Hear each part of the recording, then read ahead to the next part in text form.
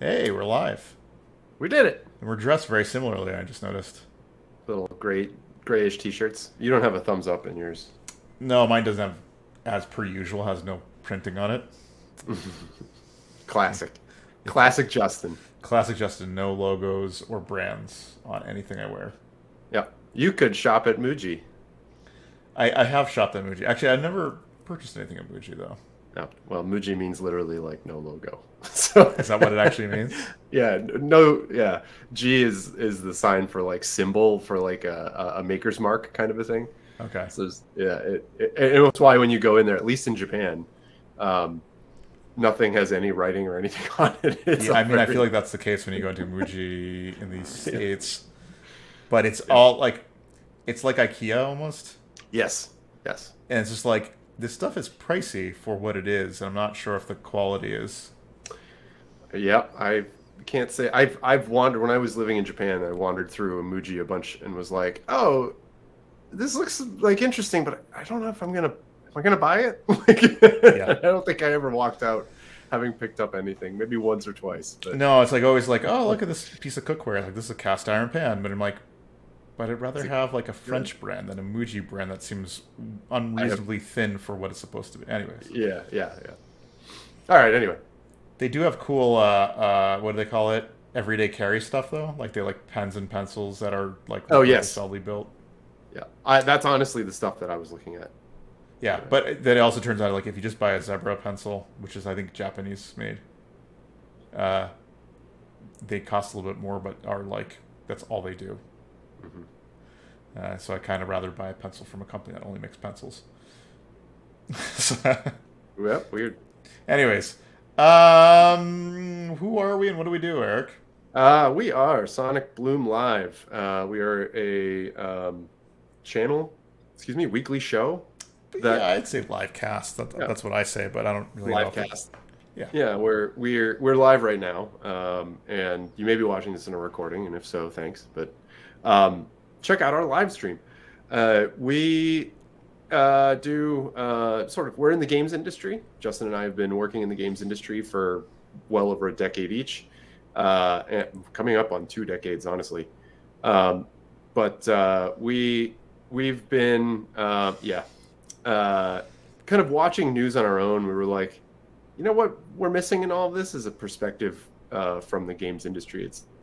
What is this new? A lot of it is from journalists or gamers responding to what's going on without really understanding the context, why this matters, where's the business strategy in this, and whatnot. So we decided we would start up a show. We chat about this stuff anyway, so we might as well chat about it, and maybe others can get learn something uh, from our ramblings. So yeah, lots of that's ramblings. yep, We do that's this about it. every Thursday at 6 p.m. Eastern Time on YouTube and Twitch.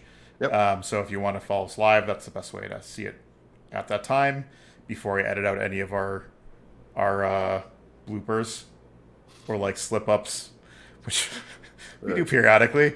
Yeah. Yeah, but that's the best time to see us. If you want to see any of the old episodes, YouTube's the best place to see it. You can see us on Twitch or YouTube at /SonicBloomTV. So for Twitch, it's twitch.tv/SonicBloomTV. YouTube is youtube.com/SonicBloomTV. You can find all of our videos there and the live broadcast as we go live. So if you Mhm. like this sort of thing, follow us there. Like and subscribe to the things that we're doing because it helps us understand if we actually have an audience for this.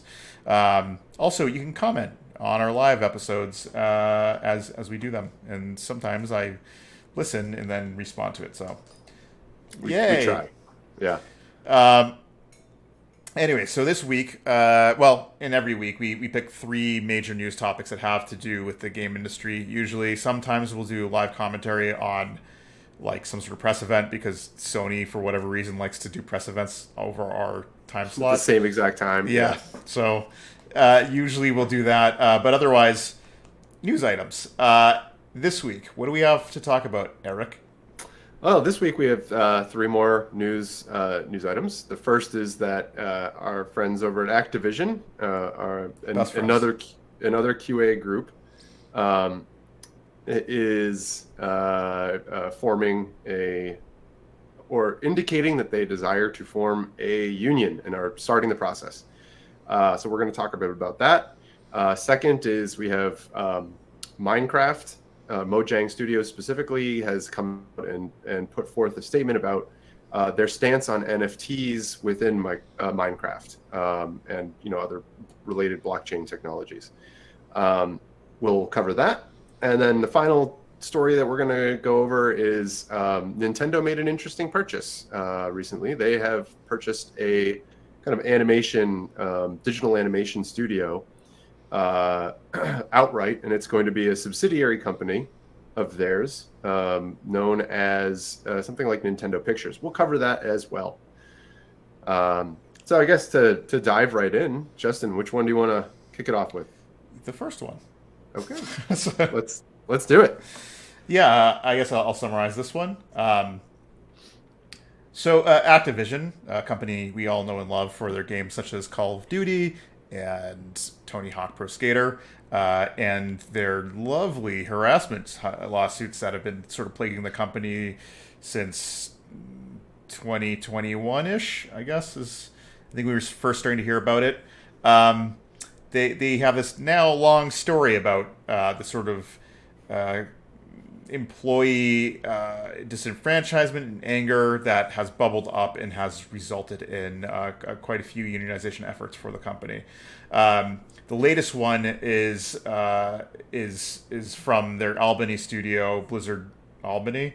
But they're basically a studio that has worked. Well, actually, it was originally called Vicarious Visions (VV), who I think at the time had worked on Call of Duty games, like actually as a lead developer. But I think it's mostly now a QA based studio. That is how Activision outsources a lot of their QA work.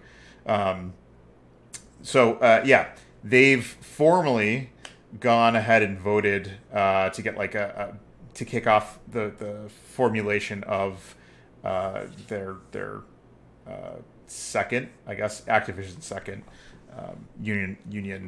studio union, I guess.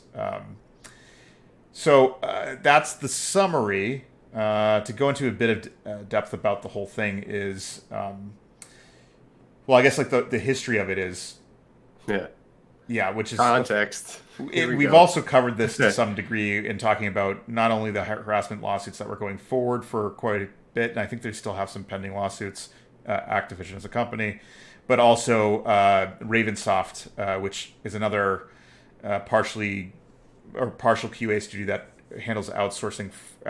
Well, not outsourcing, but handles the QA as a distributed team for Activision. They currently work on Call of Duty Warzone, I believe. And VV, Vicarious Visions, which is now Blizzard Albany, has like a similar function there. So harassment lawsuit goes forward. This puts Activision in hot water. There's claims of like a pretty toxic atmosphere of harassment and belittling employees and sexual harassment. These are all a pretty gross accusations thrown at Activision, and frankly are not that surprising. And it's also targeted at certain studios. It suggests this is happening within Blizzard itself, which has a bunch of studios all over the country, and Activision, most specifically targeting the CEO and leadership who allegedly actively buried sexual allegations and harassment allegations upon higher ups within the company. So effectively buried it. This led to a general strike in December 2021, I want to say, where Ravensoft and a lot of Activision studios did a walkout in support of in support of the people who were harassed, and came forward. This led Ravensoft, which is a QA team, to move ahead and push to unionize. Amongst a wave of unionization in the United States, what we've seen in Starbucks, Chipotle, yeah, and a handful of other companies that are, where basically entry-level positions get treated pretty poorly or asked to work pretty under some unpleasant circumstances, and people got fed up. And yeah, I mean, and also, you know, dealing with skirting of government rules so they don't have to pay benefits, right? So like, oh, we're going to schedule you for 18 hours instead of 20 so that you can't get certain, or 38 instead of 40. Right. So that you won't qualify for, you know, for all intents and purposes, we've eaten up all of your time. Yeah. And there's you don't have enough time left with your life to go work at a company that does give you benefits. And we're not paying you enough so that you can get your own benefits. So like, yeah. And there's also like a more insidious thing that happens pretty commonly in the entertainment industry, including games and movies, which is there's rules that say like you can hire part-time or under contract, but after a certain period of time, if you continue to contract, that person has to be considered an employee and they have to be moved to full-time status. And what a lot of companies have done, including Activision, is go, okay, we'll hire you to the maximum amount of time that we can, which might be like 3/4 of a year. We're going to lay you off, and then in 3 months, we're going to call you back and have you come back on. And this prevents upward mobility for a lot of people. It leaves people waiting to see if they'll actually be moved to full time, and it prevents them from ever being granted like real benefits and real work hours. Instead, they get, you know, this part-time type work that, you know, tends to put people through the ringer and never equates to anything more than just like maintaining that position, which is unfortunate. So QA is pretty ripe for unionization efforts, I'd say, given the way QA is generally treated within the industry. So Ravensoft successfully unionized. They kicked off their efforts, I think, in December with a vote by the majority of the QA team saying we want to do this. Activision tried to counter and say, nope, the whole studio has to vote. You can't just do it by the QA group. But even with all of that, I think they were able to unionize regardless as a QA group, and that QA now has a formed union. And they did that despite Activision pulling some funny levers to try to discourage unionization efforts. So around the same time in December, this group, Blizzard Albany, also decided to start the process. But what kind of happened with Ravensoft versus Blizzard Albany is Ravensoft had the vote in like early 2021 or early 2022. It took about 6 months, but they were able to formalize it after 6 months.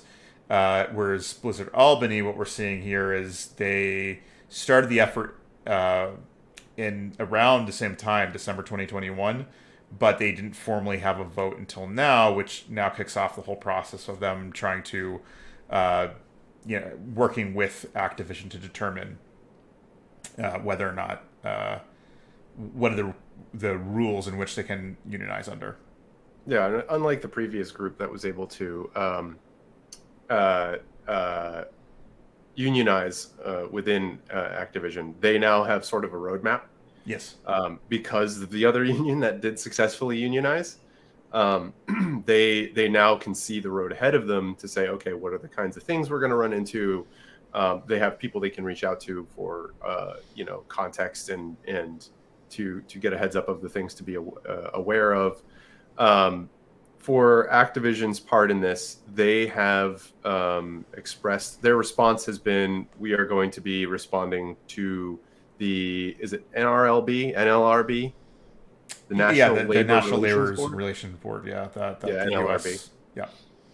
So they're going to reach out to them and be handling this as a business would, not through PR releases, but through actual legal frameworks. Right. We'll probably still continue to hear updates and whatnot from those trying to unionize, who want to talk about it, versus Activision, who's like, we don't want to talk about it. Well, not only that, but Activision, like, as sort of things move along, Activision will take actions which kind of merit some follow-up, usually by game industry publications that will talk about it. But, you get updates in that form.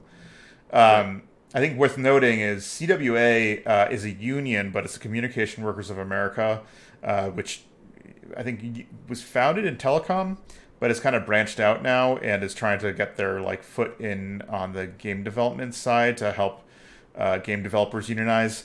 Ravensoft work with them, and Blizzard Albany is, well, the QA workers of Blizzard Albany are also working with them. So not only do they have a roadmap that Ravensoft kind of put forward, but they're also working with the same group that, was, I don't know if integral is the right thing to say, but certainly a piece of Ravensoft successfully unionizing. So here they're working with them to try to achieve the same goals, basically. Yeah. And interestingly enough, they're calling themselves GWA as well. So Ravensoft's union, in the first formed union in the game industry, chose to call themselves GWA, Game Workers of America, or Game Workers Association, excuse me. The Albany side is GWA Albany. So they're like showing like was fraternity.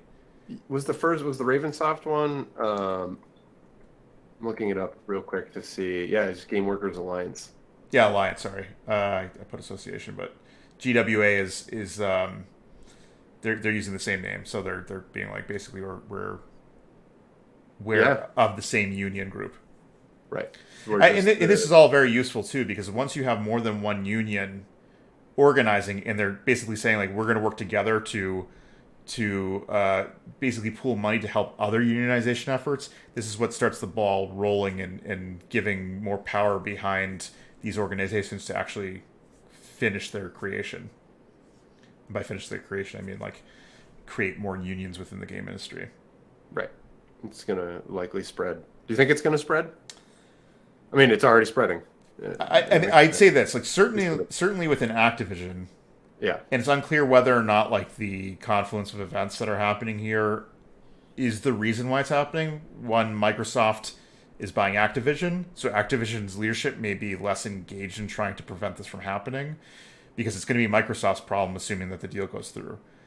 Microsoft has signed an agreement that they're going to support the structure of the organization, whichever way it comes at the finalization of purchasing, and then they can maybe take steps to curb this on their terms. But as of right now, Microsoft's not involving themselves in these formations, and Activision's leadership may just be like, we're not as engaged in trying to prevent this from happening. So it may just be the most opportune time for Activision workers to attempt to unionize and succeed. But it's unclear if that's the case. But what is good is sort of what I was saying there, is that it's a snowball effect. Yeah. Do you think it's just QA workers that are likely to do this? I think to start, yes. Yeah. Simply because they're the ones that probably the most marginalized. Yeah, absolutely the most marginal. That's a good way to put it. Is absolutely marginal. Like literally in the books marginalized. Yes. They're shifted to the margins. They're not like a constant thing, and like here's our spend as a studio, here's our runway, and here's how we calculate it. Like QA is like this little bucket that's sort of handled as a fixed number. I mean, salaries paid to artists, engineers, et cetera, programmers, designers. All of that is, staff and, is standard, like you get paid the healthcare and benefits and raises as it goes. And so that kind of falls into one bucket and QA falls into another. But QA is an important, a vital part of the game development process. Quite vital, yeah. Yeah. You don't really play a game that hasn't been through QA rigorously. Right. Yeah, because they're terrible. Yeah. It's this type of software that I mean, that isn't to say that all games that go through QA are crash free and perfect. Stuff still makes it through, and a lot of that is due to timeline issues and publisher deadlines, and there's a whole slew of reasons why. QA team, when that happens, is probably like pumping fists in the air and decrying the name of the publisher for pushing out a title where they knew the bug existed. Yeah. these are situations where in the professional games industry, you don't ship a non-QA'd game because it would never work. Yeah. I mean, games Turn it are on, it would ridiculously complex in most cases, and like it needs playtesting. It needs, a bunch of different methods of actually testing, like automated testing and things that require like UI crawling and lots and lots of stuff. You get really weird stuff with like, I'm just going to go back and forth on this menu. It's locked up. Yeah. Now I can't move. Oh, there's a weird memory leak that happens when you do that. Yeah. Just leave it on the title menu for an hour and it'll crash. Right. Cool. Look, it's really tough and it is a creative, role that you have to play, because you have to think about the game in different ways that are somewhat surprising to most people. And it takes a lot to do it well. And like trying to marginalize people there and not pay them the money that, that values their time for what they're doing is sort of a slap in the face. And I think that slap in the face is strongest in QA within the games industry so far. I don't know of a specific group in general. There may be situations where certain companies have developers that are treated a certain way and are not, develop, like the team members that are on the creative staff may not get what they believe they deserve, given how the games they build are sold or whatever, and that may expand into that. But I think the most ripe space for this right now is QA, and it feels apt, very much apt. Yeah, especially with like the shift in the game industry. It's like it may be different with small indie studios or like the medium developers, but certainly with these AAA publishers that have kind of diversified the way that they've developed, like Take-Two or Rockstar, or an amalgam of both. Activision, Microsoft, even Sony to some degree have basically found ways in which to go. Studio A is going to be doing asset development and whatever else, and Studio B is going to be doing QA, and Studio C is going to be doing this part of development. Studio D is going to be this other part. We saw this like in Ubisoft. I think was one of the first companies to really do this. Where like you get a lead studio, which is like Ubisoft Montreal. Like, we're going to do Assassin's Creed Black Flag. That's going to be working parallel development while Ubisoft, Leon or something like that is, I think that's where they are, is going to be doing Assassin's Creed 3, but one's going to be releasing a year after. And then the support studios, the other Ubisoft studios, are going to be doing art assets, QA, different systems, exactly, economies, and it gets diversified like that, and now that's pretty common, and the result is like QA doesn't stop. QA will be in constant function, but what they've been doing now is going like the methods that they did before, which was, we're going to lay you off because there's going to be a year gap between when our first tile finishes and we're going to ramp up on production on the next title, right? And so we're going to want QA back in capacity, at post beta. Now that doesn't happen. Now these teams are left in persistent use, but they're still being managed the same way, which is like, get rid of them for a couple of months and then hire them back. The ones that we like and the ones that we don't like, we're never going to call them again. And it's just like, it's I don't know, abusive, or maybe not abusive is the right word, but certainly predatory. Taking people who really want to work in the game industry and being like, we can run you through the ringer, and if you want something else, we'll figure it out. You're working at Activision now. Yeah, we'll give you $5 a day for the privilege. It's like $15 an hour. Enjoy this. And like, even when I was working in QA, it's just like, I could make more money as someone like working in fast food. And you realize that you're like, this is kind of not fair given like the type of skill and work that's required to do this job well. Very technical skill. It's like I think the common image that people, even in game studios, like even fellow game developers, have this opinion that like, QA is mostly, they're just playing a game, so why are we paying them a lot of money? Right. And that's that is so not it at all. Like, like how much do you want to sit down and play the same game for literally weeks? Right. That's broken. And be methodical about how it is that you are playing the game so that you can accurately create reproduction that doesn't drive the engineers mad trying to figure exactly how you came to... Or waste their time. Yeah, exactly. Like, and the point is that you spend time to do that. So the engineers are overloaded already, usually. Right. Yes. And they'll continue to add and fix things while you go and find the things. And like, it's tricky. But a lot of people, even especially like when you get into management, it feels as though a lot of people don't really recognize the like fortitude at the very least required to do that job. Well, it do well, yeah. Yeah. I'd also say like secondary to this, artists is another like typically poorly treated group.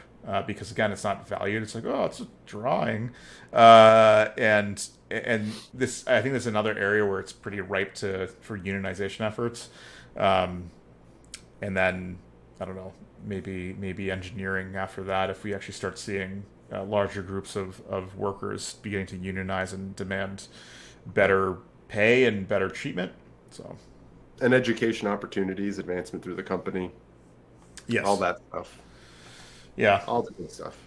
We'll see. I mean, there's more to see as it develops, particularly to see if this we see this like continue to snowball. Like clearly, workers are getting fed up with treatment, and there's been between wage stagnation and other things. This is probably bumping into that, and now people are going like, the only way we're going to get effort, or we're going to see some sort of sea change in the way we're treated is through unionization, at least. I mean, I think part of it is the pay in particular is like people can only be squeezed so much before stuff happens, and like a lot of companies are like, oh, but it's more expensive for us to do this. It's like, oh, it's going to have problems and this and that, and you're like, okay, yeah, but prices have gone up in the last 15 years in everywhere, and in the United States at least, the minimum wage hasn't, and so like people are being paid the same now. They're making less money for the same amount of time, effectively. On top of that, we have more expensive stuff that everyone sort of needs. You have to have these days basically a mobile device, a mobile phone, to do things like multi-factor authentication, which some places require, that kind of stuff. Yeah. You have to have a mobile device, and those things are expensive, and they're getting more expensive. And then plans, like paying $100 a month to basically have a phone plan.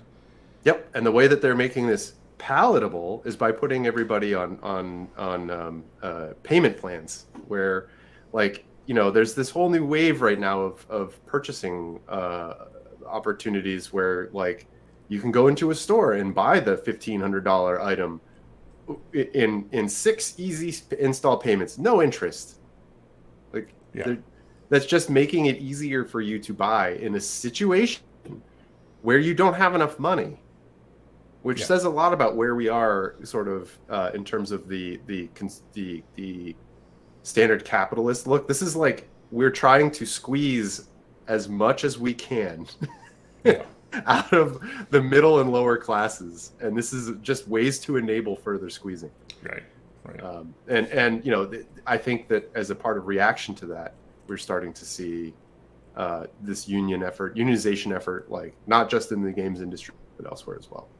Now, I saw an interesting question raised in like a forum, but was basically like, how do you prevent QA from being offshored and you losing your jobs as a result of unionizing, making it more expensive for a developer like Activision to maintain a QA team here? Yeah, I don't know the answer to that. I suspect there are two aspects to it.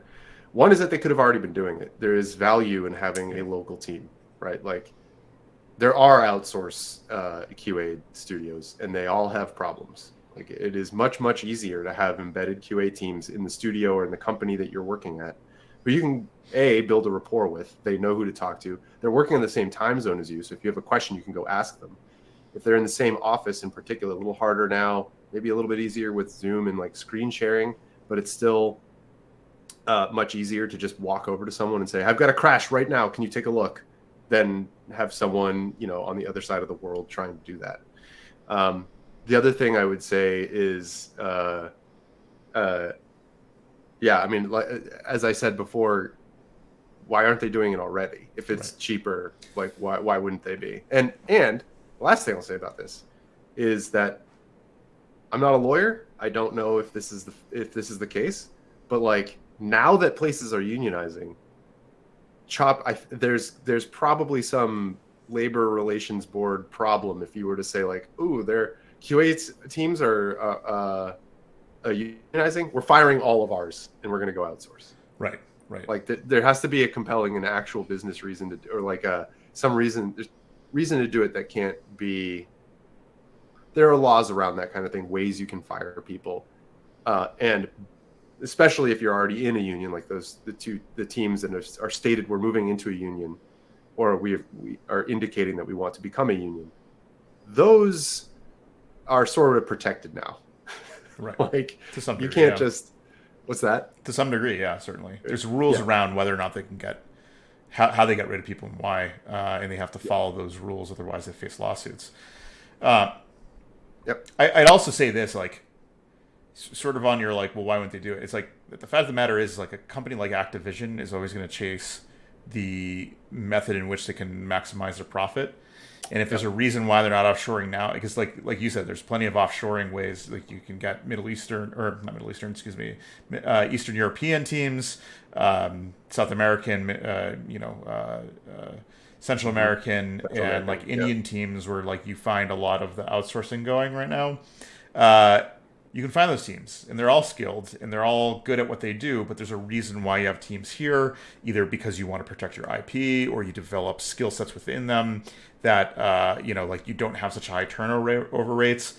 There's reason to do it. Like, might this affect the way hiring and firing is done in the future? Yes, certainly, but I don't think you should go, well, they might give my job away, so I'm not going to demand better treatment, or like I'm going to settle with subpar treatment. I don't think that should be the argument as to why or why not you pursue unionization.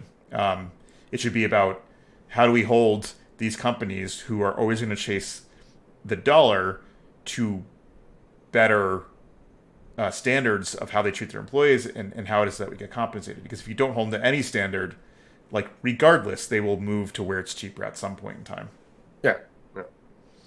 And we see that in so many different ways. We're just like, oh, we'll give you a tax incentive to keep a factory here. They're like, great, tax incentive over. We're like, we're done. We're going over here because that's where it's cheapest. Not because we've invested a lot into this building. It's just, those none of the things that profits going forward are going to be better over there. Right. So, exactly.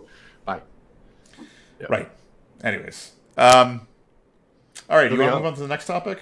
Yeah, let's do it. All right. So Minecraft is they've come out with a statement about their about NFTs. Excuse me, Mojang has come out with a statement about NFTs in Minecraft, and the statement is not in my house. Effectively, they are I think they've indicated that these guidelines are in the works, but they wanted to give people a heads up because there's at least one sort of crypto-based company that is an NFT-based company that has been trying to sort of their value proposition and their offering is effectively we're going to be bringing NFT-style trading and items into Minecraft, into that space. And Microsoft via Mojang, their response has basically been, no. By the way, Mojang is a wholly owned subsidiary of Microsoft. I should state that to be clear.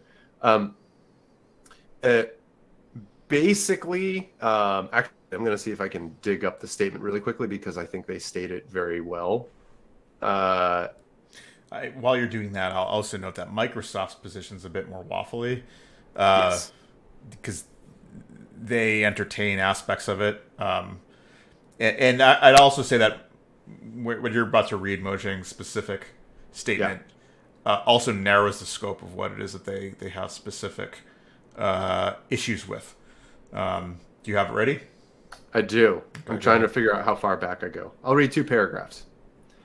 So they state, Some companies have recently launched NFT implementations that are associated with Minecraft, world files and skin packs. Other examples of how NFTs and blockchain could be utilized within Minecraft include creating Minecraft collectible NFTs, allowing players to earn NFTs through activities performed on a server, or earning Minecraft NFT rewards for activities outside the game.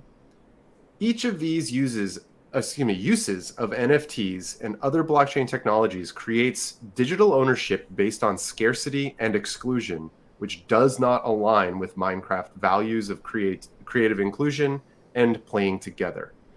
NFTs are not inclusive of all our community and create a scenario of the haves and the have-nots. The speculative pricing and investment mentality around NFTs takes the focus away from playing the game and encourages profiteering, which we think is inconsistent with the long-term joy and success of our players. Like, I haven't heard it stated so clearly anywhere else. Well, I think it's because they point out the specific problems and what that does to the game. So I think in the case of Mojang, they know what makes Minecraft grow, and the current implementation of them. Go ahead. Sorry. Yeah, what brings people to the yard, right? Right. And I think the issue here is that NFTs, and we've used this word before, but predatory, either methods of creating game interaction or predatory ways of profiting off of games will break what Minecraft is. And this is something that other companies who do something similar to Minecraft have to tread lightly on, like Roblox, is that if you do the implementation wrong, as they're mentioning here, is that it will change fundamentally what the game is about, and that is damaging to the still growing user base of Minecraft players. Yeah. I mean, it changes the purpose for being there. You know, the experience of being there, what the value proposition of playing that game is, which is, you know, Minecraft has spent 15 years developing or Mojang, I should say, and more than that actually, has spent over 15 years developing an experience for players that enables creativity and a sense of fun and joy, and none of that developed in a place that had this type of exclusivity and haves and have-nots, and the language that they use there, and that is a fundamental change to the type of experience that they're putting together. If you're perhaps this type of thing would make more sense in Roblox, where there's Roblox is already a store to an extent, in that game. Well, and to be fair, Minecraft also has market that they opened, I think, in 2021. So it's not that they're opposed to people monetizing the systems that they're creating. It's more specifically creating scarcity that drives the value of things, and creating divisions between who can afford it and who doesn't, and that's not really what Minecraft is about. Right. And it by the way, this announcement had an immediate effect on at least one company that we're aware of that was doing this, using Minecraft, or kind of selling NFTs that were Minecraft related and oriented. And I'm not super into crypto, like the lingo and everything, but this company had a token that they had sold, I think, on the Ethereum blockchain. Mm-hmm. And it's value created as a result of this. But they're talking about attempting to work with Microsoft. They've reached out to Microsoft and are hoping to enter into a dialogue where they can learn about what the internal conversations were around this decision and whatnot. Yeah. And then the answer is, if we get nowhere with that, we'll just pivot. So that's them trying to keep their customers already, and the people who have purchased NFTs through them and whatever, from totally abandoning ship and just tanking the company altogether. And I think the other thing that's worth noting is, what exactly does this ban mean? Because I think they've outlined to some degree what it actually means in terms of how they're effectively preventing NFTs to be sold through Minecraft. Yeah, I think that it basically. So I haven't, as not a Minecraft player myself, I am not super clear on the ways in which the NFTs were utilized in Minecraft. Do you have a better sense of what that? Not how what it was that used, but what Mojang has specifically said is that, well, anybody can host a Minecraft server, right? Yeah. Plus, there's I think official ones as well, but they're pretty much saying like, you will not be able to list your Minecraft server through Minecraft if you are hosting any systems in which you're creating scarcity through blockchain and NFTs. I think it's deeper than that. I think it's through their terms of use that you're disallowed to integrate with. I think they use the terms. But I mean, if you're privately hosting a server, there's nothing they can really do about that. Yeah, but you're never. I mean, no one's going to privately host a server for 20 friends and try to build a blockchain. Yeah, exactly. So it's basically like any server that is hosting Minecraft breaks the terms of service in which if you are trading or selling NFTs. Yeah, the point is that that will be disallowed. They will come after you. Yeah. I think they said something about their APIs are not any API that deals with blockchain. I think it's like sales or transfer, like via wallets and whatnot, is disallowed to be integrated with the Minecraft client and server code. So that you're not allowed to basically connect the scripting systems that would enable this into their platform. Right. Yeah. Like we just do not want this as part of our system. Yeah. Another thing that's worth noting though is it doesn't prevent the sale of NFTs outside of Minecraft. That is true. Especially like image-based ones, which is like the most common form of NFTs, where basically people create content, create some sort of original image, and then attach an NFT to it, and say like, if you own this, you own, a one-of-a-kind thing, right? And there's nothing that they can do to stop that, but they, especially with in-game assets and whatnot, it's preventing any sort of sale of scarcity, created like false scarcity within those. Right. Like, I think the way that it would have to work is if you bought something outside of Minecraft and then somehow connected that to the in-game server, that you would. I'm trying to think the way to work around this. The one thing I could think is, if someone created a Minecraft server, and I'm not even sure if this probably still violates the terms, but that if someone integrated a server and had like their own backend where they're tracking who owns what, and then only enable the user base, the user account, who owns that, they somehow connect the username, the Minecraft username with the purchaser ID in their system, and then provide them with a skin in game. Like, that could be a way to maybe work around it, as long as the APIs don't ever directly touch blockchain. That might be a lawyery way to work around it, but I still, something tells me that Microsoft is just doing something where, like, they'll probably word it as in like, any item you offer through the system must be available to everybody.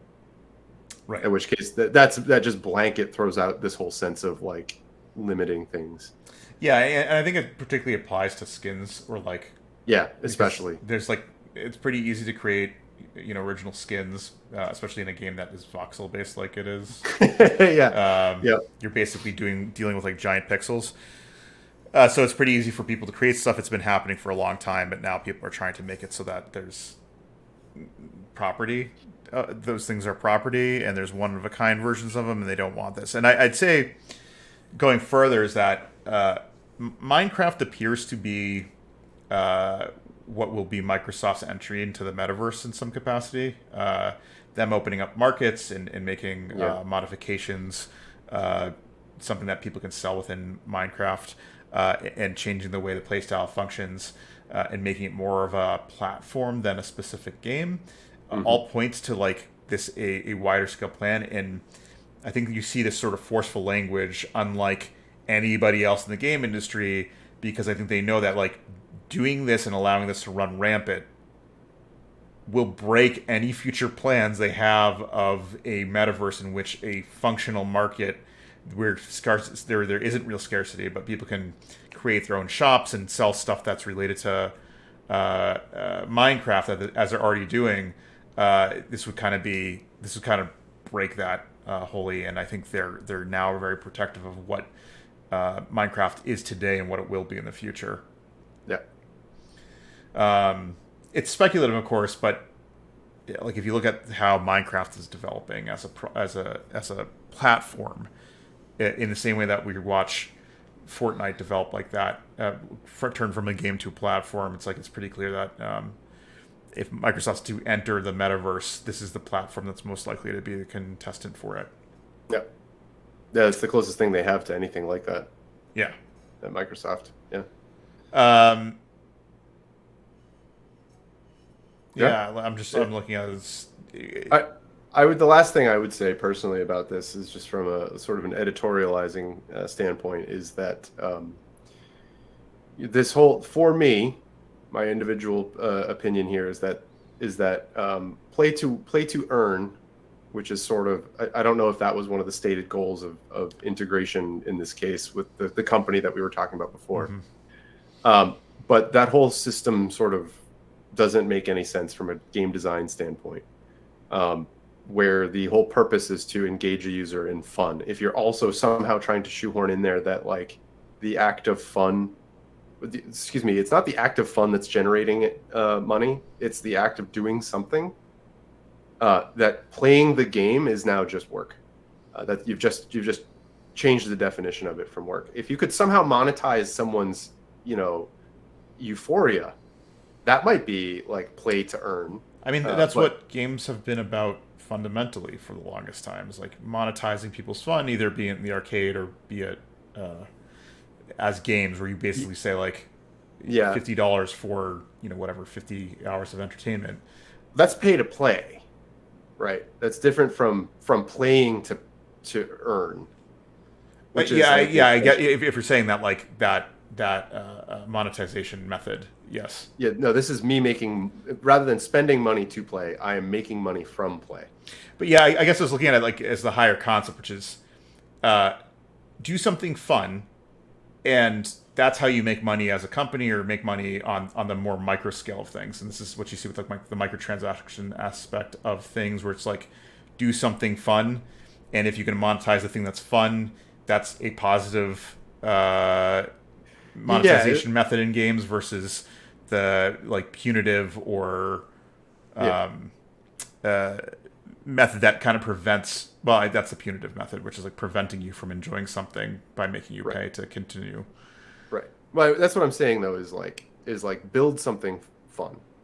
Yes. And if that is, and if you charge for the thing that brings people fun, fine. But if you're like sitting down and you're saying you can, don't give me money to have fun with this, but you should have fun with this, and then you can make money from that. That's different from somehow understanding that someone is literally like relaxed and enjoying themselves, and like there's a slow ticker somewhere that says like, oh, like they just got an epiphany moment that gave them a jolt of dopamine, and now they're feeling very positive, so give them $1, right? Like that's not what we're talking about. And the play to earn games that have been proposed and shown so far effectively boil down into jobs. People stop having fun with them. They just spend time on them because it's a way to make money, which is a job. Right, which is like the Bitcoin, or like the, not Bitcoin, but like the token generation games, where it's like do stuff that runs a background process on your system that continues to basically do the calculations on some non-Bitcoin.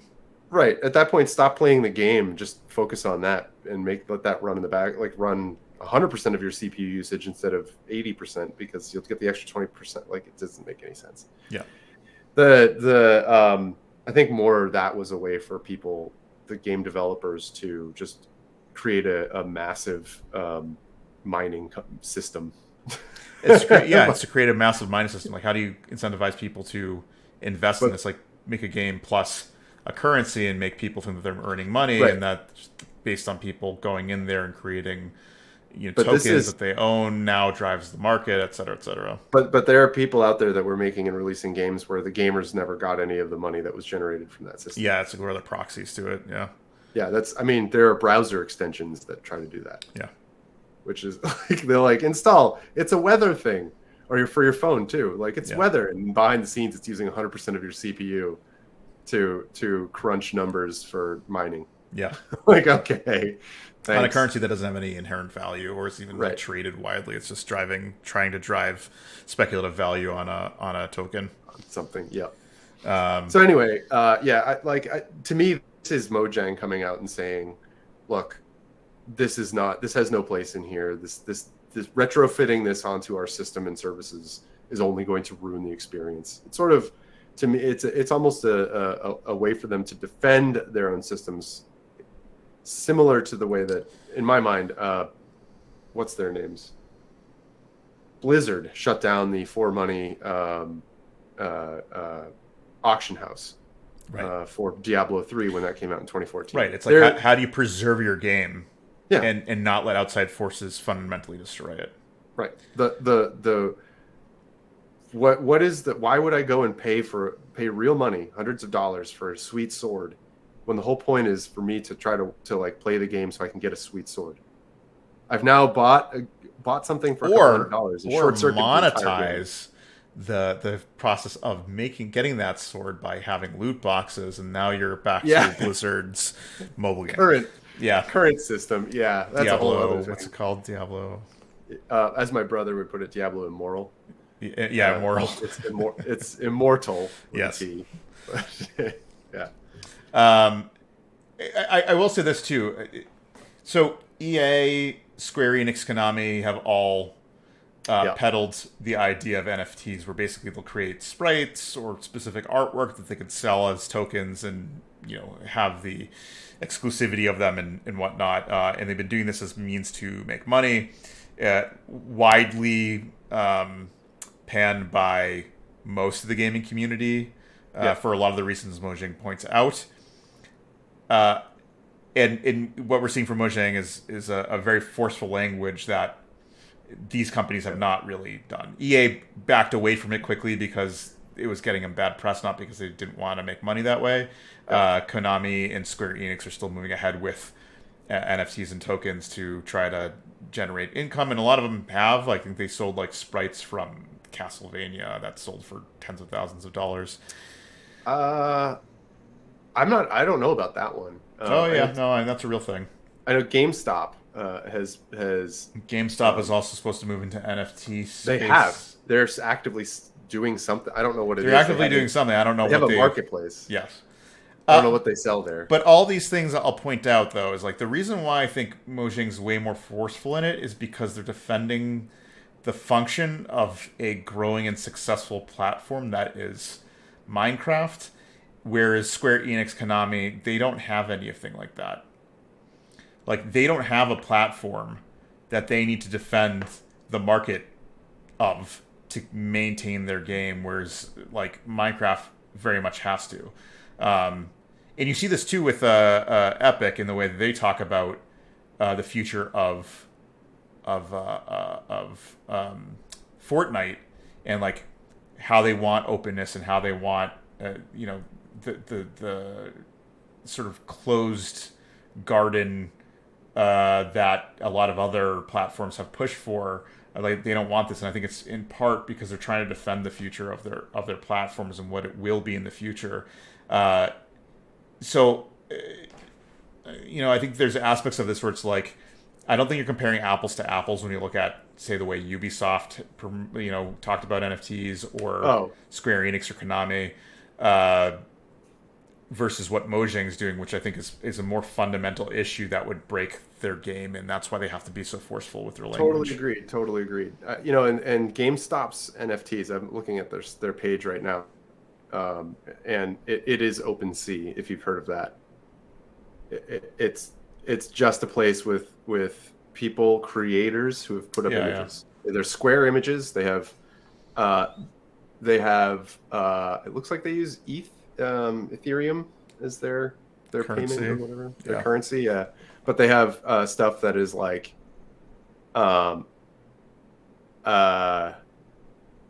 their GIFs, pixelated GIFs or whatever, their animated GIFs or their images. That's it. My question. I mean, well, I don't know. I don't know about GameStop. GameStop is in a funny place. They're a very funny place. Yeah, because they are not going to continue to make money in their typical means, so they need to find a way to do that. Otherwise, it's struggling to do so.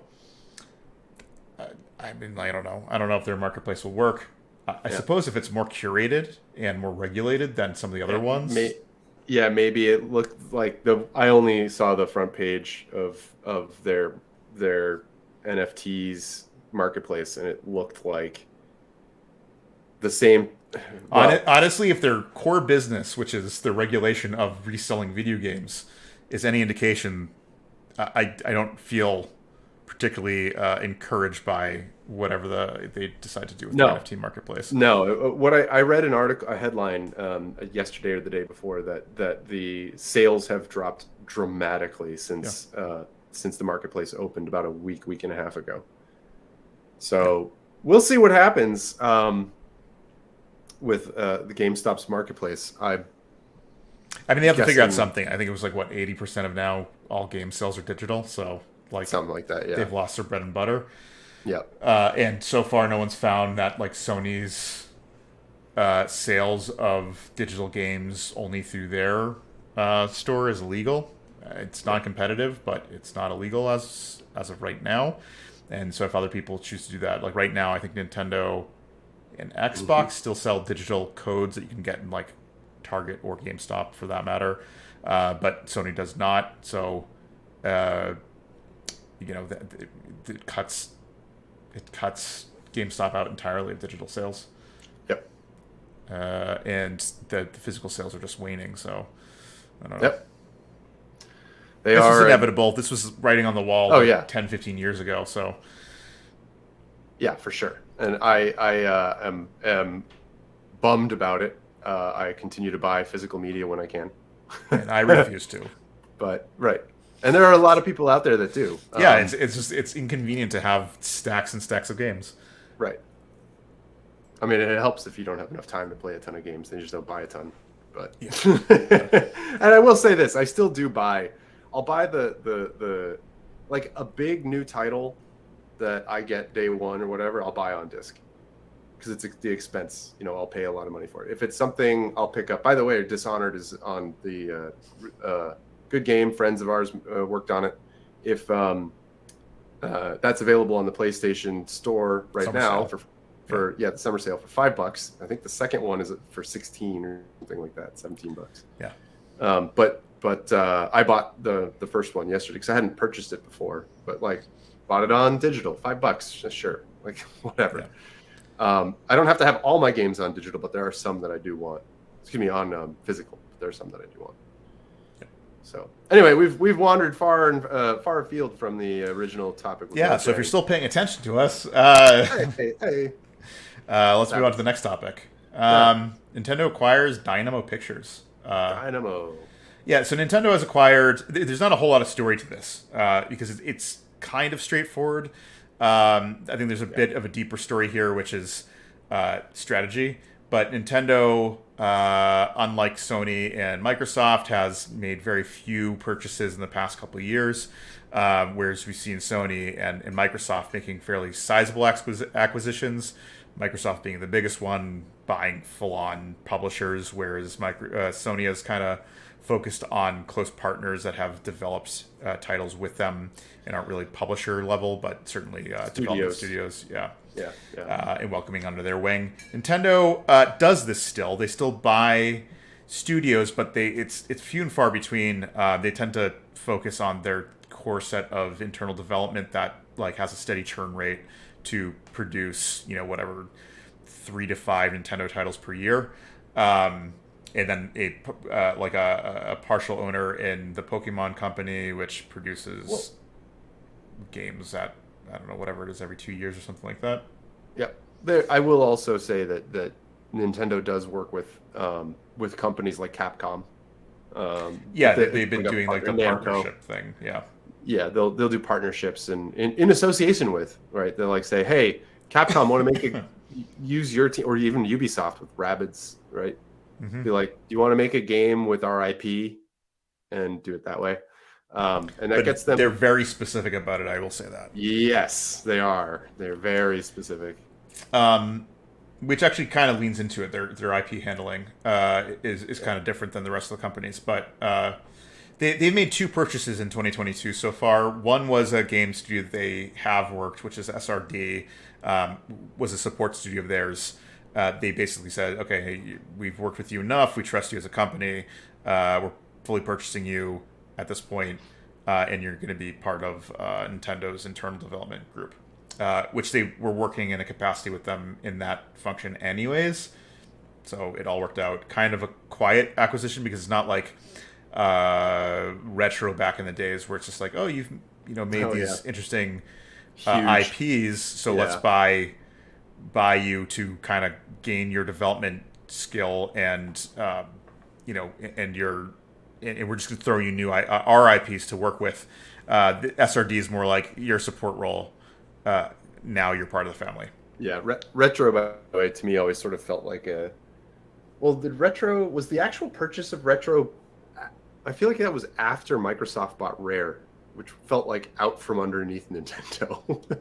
Yeah, something during the Xbox, like original Xbox, when they're just like, we need, actually similar to what we're seeing now, is like Xbox says, hey, we need studios to develop games for us, and we don't have them, so we're going to buy good studios out from other companies who've been working with them closely. All's fair, I guess, but Microsoft has had this ongoing propensity to just go, we don't know how to make games on our own, so we'll buy companies to do that. Yep. And in the past, not very successful at that until more recently. Rare was one of those prime examples where Rare had worked with Nintendo. I think exclusively. I thought they were a second-party studio for a long time. I mean, they were, in fact, if not... It was like Donkey Kong Country. Donkey Kong Country. Yeah, I think they were Data East prior to that. It was like Data East, then turned to Rare, and then... I want to look it up real quick and see. They had a former name in the Nintendo era. But yeah, they did Donkey Kong. They did Stunt Race Effects. They did GoldenEye for Nintendo. They did Perfect Dark for Nintendo. Jet Force Gemini. What else? I'm scratching. It doesn't matter. Worked with Nintendo closely. Oh, they were always Rare, it seems. Oh, wait. Rare evolved from the company Ultimate Play the Game. All right. Well, they were a UK-based studio and all. Yes, they were. Yeah. Those cheeky bastards. Yeah. Microsoft bought them out, right?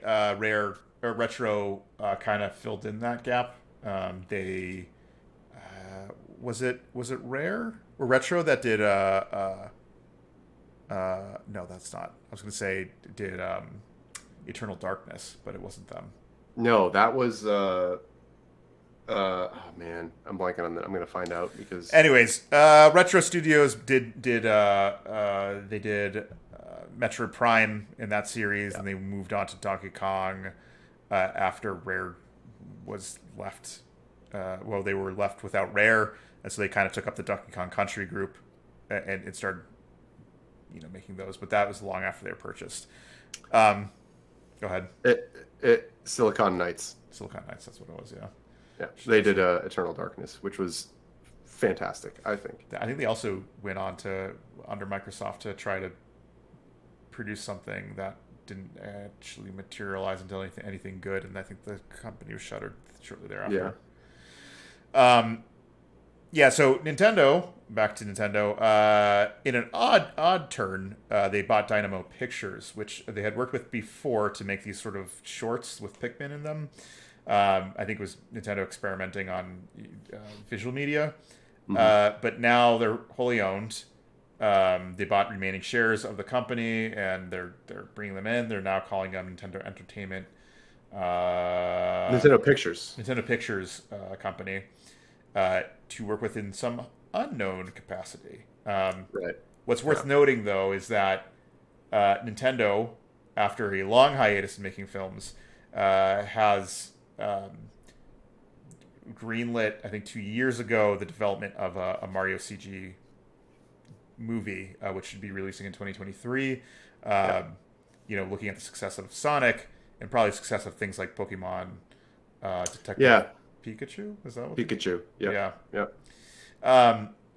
And to be fair, or to be clear, Pokemon Company is not Nintendo. Nintendo owns quite a significant amount of shares in that company, but they're not wholly owned by Nintendo. So Pokemon Company, even though it's closely associated with what Nintendo does, is not necessarily the same company. Nintendo pursuing Mario is really their first big picture since Mario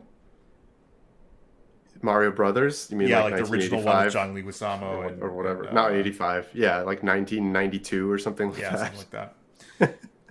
So it's been a long time. But can you tell us a bit about what Nintendo's been doing with their IPs that make them different than, say, certainly different than Microsoft? There's some similarities to how Sony's doing things, but they've been. For decades, Nintendo's been sort of finding new ways to iterate with the same IP. They very rarely come out with a new sort of property.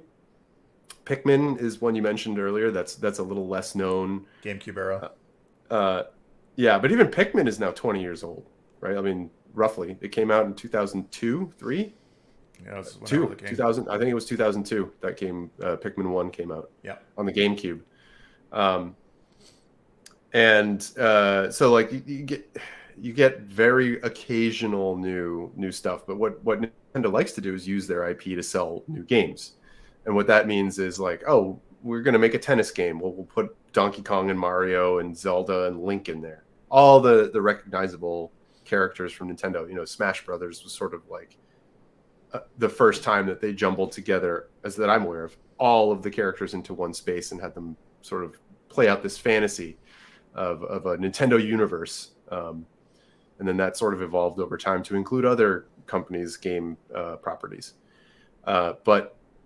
We have, it's all been game space generally, speaking so far. And it looks like Nintendo, in terms of trying to figure out new areas to grow and to send their IP, are starting to consider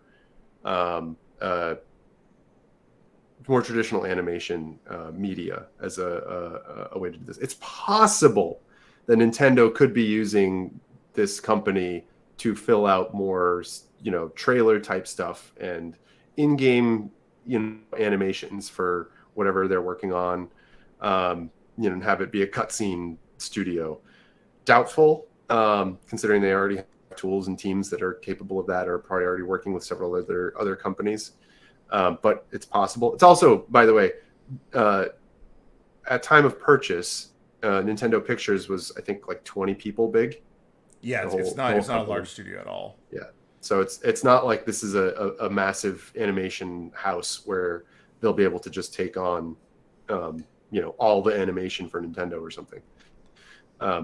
But there's sort of that aspect to it, and there's one other thing I was going to say, but I'm blanking on it. You were going to say, it looked like you were about to say something now. No, the only thing I'd say is that, like, Nintendo as a company is in a position in which their growth is directly tied to the sales of games, which do quite well, but it is entirely dependent on the generation of console that they're in. Nintendo has not been able to show consistent performance across game generation, with the exception between Nintendo and SNES. After that, Nintendo 64, though profitable, didn't sell the same way that like SNES or NES did. GameCube did pretty poorly relative to those consoles as well, and I think it was the first not the first couple of years, but within the GameCube generation, was the first year that Nintendo marked a loss as a company. We obviously did really well, but then we run into Wii U and it plunges again, and now we're back at Switch, which is doing well. So like Nintendo doesn't really have the same sort of stability, has proven to do it, and so their profitability as a company is highly tied to the success of their IPs. Yeah, well, I'm not sure if Nintendo posted a loss as a company on the GameCube. I think it may have been a loss on the product line, because at the same time there's loss on a product line as well as loss as a company. I think there's like a couple of years where their stock performance dipped. Well, yeah, as a result of their profitability. Right, but that doesn't necessarily mean they didn't have a profit. They may have just meant that they didn't hit their targets or something, right?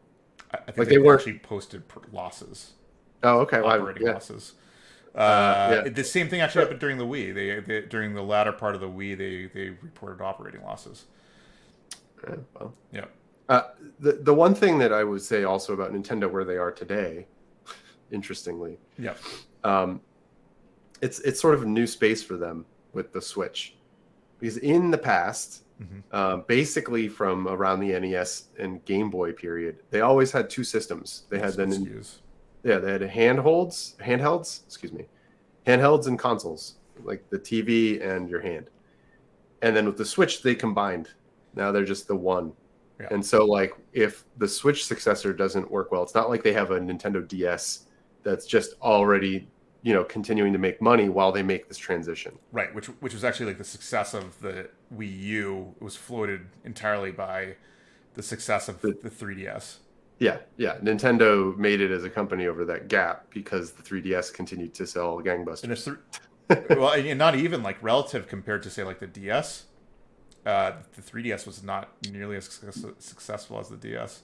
That is very true. Yeah. So it's like, right, like so Nintendo's success relies heavily on IP, whereas the PlayStation and Microsoft have very different business models, plus the support of other industries that allow them to subsidize the losses of a game company in a bad year or bad stretch of console generation.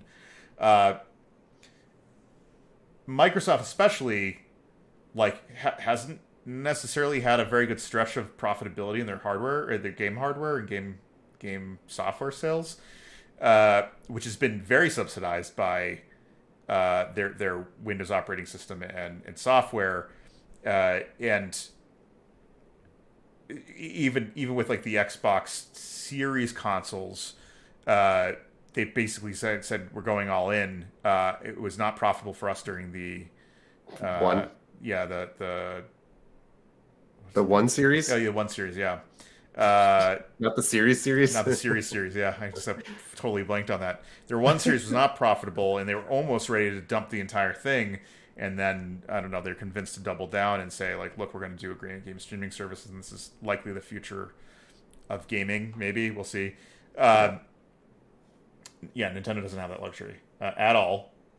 So IP is super important. And I'd say, like, if you watch their strategy with how they're pursuing things, I think they've realized they need to invest more in their IPs to strengthen the longevity of not just their consoles and the IPs, but also to smooth out their rough patches. So if they can say, like, drive interest in their IPs via film and amusement parks, then they may be able to post more regular profits than what we've seen in the past. Yeah, this may, to an extent, possibly play into some of their stuff with. They do in Japan. They have Super Nintendo World, and in the U.S. Is it in the U.S. as well? I don't think it's open yet, but Universal Studios is doing the Nintendo Worlds here. Yeah, it's in Universal Studios Japan as well. Yeah, but yeah, they're expanding into like and that's all about their IP. That is, it's like Disney. You're walking around in their IP. Yes. And they have rides, and they have, theoretically, this is where I think it may play into things. They'll have some Disney style rides where they have the animated features happening, and you'll have some stuff that may be part of what they're looking to use Nintendo Pictures for. But it could be things like, who knows, TV. I wholly suspect that's the case, right? Is like TV and movies with success of Sonic driving new interest in Sonic, which was waning for a while. There's like older generation that liked it, but now there's a whole young generation that's like, I want Sonic content. I think they realize the power of that. I think they've realized it before. I just don't think they've ever knew exactly how to capitalize on it. This is speculation because we don't know what this Picture Studios is doing, but they're clearly making a Mario movie, and they have Star Fox, to drive new interest in Star Fox, Pikmin, Donkey Kong, who else? Legend of Zelda. Chibi Robot. Advance Wars. Is Advance Wars them? Yeah, it is. Developed, I'm trying to remember the studio that developed it, but it's an IP of theirs, Splatoon, and so on. So like getting cartoons and like kids cartoons and movies that kind of drive the excitement behind their IPs is a surefire way for them to get longevity out of their IPs and continue to indoctrinate new generations into introduce new generations. That's the word you're looking for. Nope. And Sony's taking the same playbook too. Like clearly this is that they're pushing forward with this generation with the Uncharted movie. Ratchet and Clank already. Yeah, Ratchet and Clank came out a while ago. They had the animated movie, like 3 or 4 years ago. But the Last of Us TV show on HBO, the Ghost of Tsushima movie. I think there's another one in development that I'm blanking on. Twisted Metal's turning into a TV show. Yep. God of War is being optioned for a TV show. Yeah. Yep. Big stuff. Oh, man. Anyways. Yeah. Anything else? No, I think that's it. I mean, I'm interested to see what Nintendo does with them. In all likelihood, we won't see anything for a little while, and then Nintendo will do a thing, and we'll have forgotten that they purchased this Nintendo Pictures code. It'll just appear in the credits somewhere. Yeah. Nintendo tends to operate that way, where like, wait, okay, Nintendo's doing something neat. Okay. Yeah. Forget. I feel like it's HAL Laboratories is like that. Like they're like, who's HAL? It's like, oh yeah, we purchased them. Yeah, they did Kirby and Smash Brothers and a number of other titles. Like, I want to say they worked on the original Pokemon, but I could be wrong about that. I don't think so.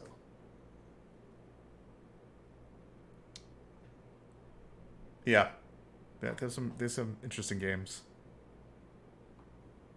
Oh, your dad was asking us, and I missed his question. His question because it came in kind of late. It was want to comment on the heat stress switches. Oh, sure. For the switches, the console switch. I know it's also happening with Valve's Index. Yes, that's their handheld console. What's it called? I'm blanking on the name of that. That's weird. Probably because of heat. Steam Deck. There we go. Yeah. That's the one. That's the one that's made the headlines that I'm aware of. Yeah, but I think it's all these sort of like contained consoles that don't have the most effective cooling solutions. No, so the Switch, the original Switch at least, especially, I think maybe the most recent releases may have slightly better. Yeah, they're on a smaller die size. Yeah. Yeah, so they've theoretically run a little bit cooler, or don't generate as much heat for the same output. So you should be theoretically you're better. I haven't looked into the numbers here. I'd be curious to see if you actually see throttling when you're docked, because they do bump up the core speed and increase heat output.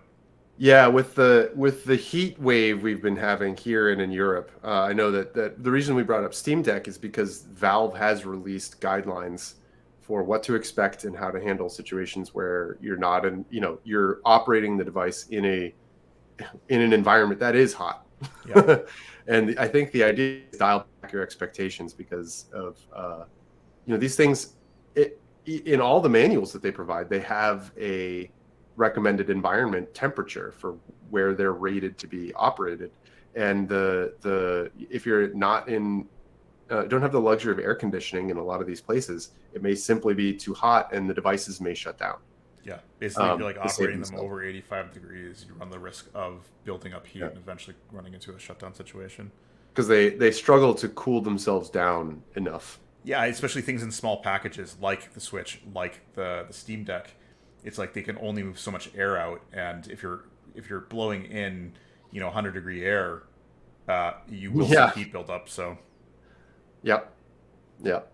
And that's been that's a thing to be aware of right now. I mean, even with the major consoles as well. If you're sitting on a TV with like a PS5 or an Xbox Series, I think I actually saw something about the Series X overheating for some people. the Series X would. I think the PS5 has Yeah. protections against that. Where Oh, for sure. Yeah. Like it'll throttle back and eventually shut down. No, but I mean, if even you then, let it like, too hot. they're basically said, like, you could shut it in a cabinet and still run it, and what will happen is it will start managing its clock speeds. Yeah, I don't know what the story is specifically between those two. I'm sure someone has done a Xbox video. more or less relies on blow as much air through as possible, and Oh, yeah, they've got that giant like the whole thing is a fan. and whole top of but it will always run at its maximum clock speed. Presumably, it cannot change that because games will start running real wonky if you just like go like, okay, we're having the clock speed. You can't run a game like that necessarily, especially if it's built with the intention that the clock speeds are going to maintain the same speed. And I think it will just go into a safety shutoff mode. PlayStation will throttle and will change its clock speeds, and developers have to develop for that. So there's probably a limit to which it will say, hey, it's not going to run anymore. But Oh, of course. Yeah. I mean, at some point, the system will just melt. Yeah. So, like, okay, there you go. Yeah. It'll just stop because the CPU caught on fire or something. yeah, But whichever the outcome is either it catches on fire or they're just like, you've reached above a temperature that we're comfortable with operating, and it's now dangerous to operate it. It's going into safety shutoff mode. I've had a computer CPU literally burn itself. It got so hot that it. What's that? Were you overclocking? No, this is in college. A fan cable, or excuse me, a power cable, one of those little thin single power cables for a fan, fell into the fan blades. After I'd moved the machine or something like that, and then it just stopped the CPU fan from spinning. So the That's a good way CPU, of doing it. the CPU, yeah. I mean, this is also, the CPUs are a lot smarter about heat detection and everything. I would have now. assumed back in college that they would have had that because all the detection mechanisms were there. I think they had some of it, but like if you just, it never just shut off. It would just start to fail. The heat warning. And one of the time I noticed what was happening, like I was like, oh my god, there's a cable in the fan. I pulled the CPU fan off of the heatsink off of the die, and it, like, the thermal paste, it all burned. It was char effectively. Fun. Yeah. Well, that's luckily, stuff none of that the keeps modern you good. consoles will do that. As far as I know, all of them have thermometers on the die itself that will detect when it's getting too hot, and will generally shut itself down. Yep. I'm sure there's ways to fill that, but it's probably not intended to. So. Yep. And I if it's too hot and you're afraid of risking your device, just put the device down and go run around in a sprinkler or something. Yeah, get in water. Yeah. If it's hot enough Cool down. to cook your handheld, it's probably hot enough to cook you. Yeah. Be safe out there because it is really hot, and lots of people are not weathering this temperature very well, especially elderly and young people. So if you know anybody that is elderly or young that you can reach out to during this type of weather that may or may not have air conditioning, keep an eye on them because you may save their life. Yeah. That's my PSA for the day. PSA. All right. Cool. Well, thanks everybody. Yeah. I'm going to go cool down myself. Sounds good. It's very hot.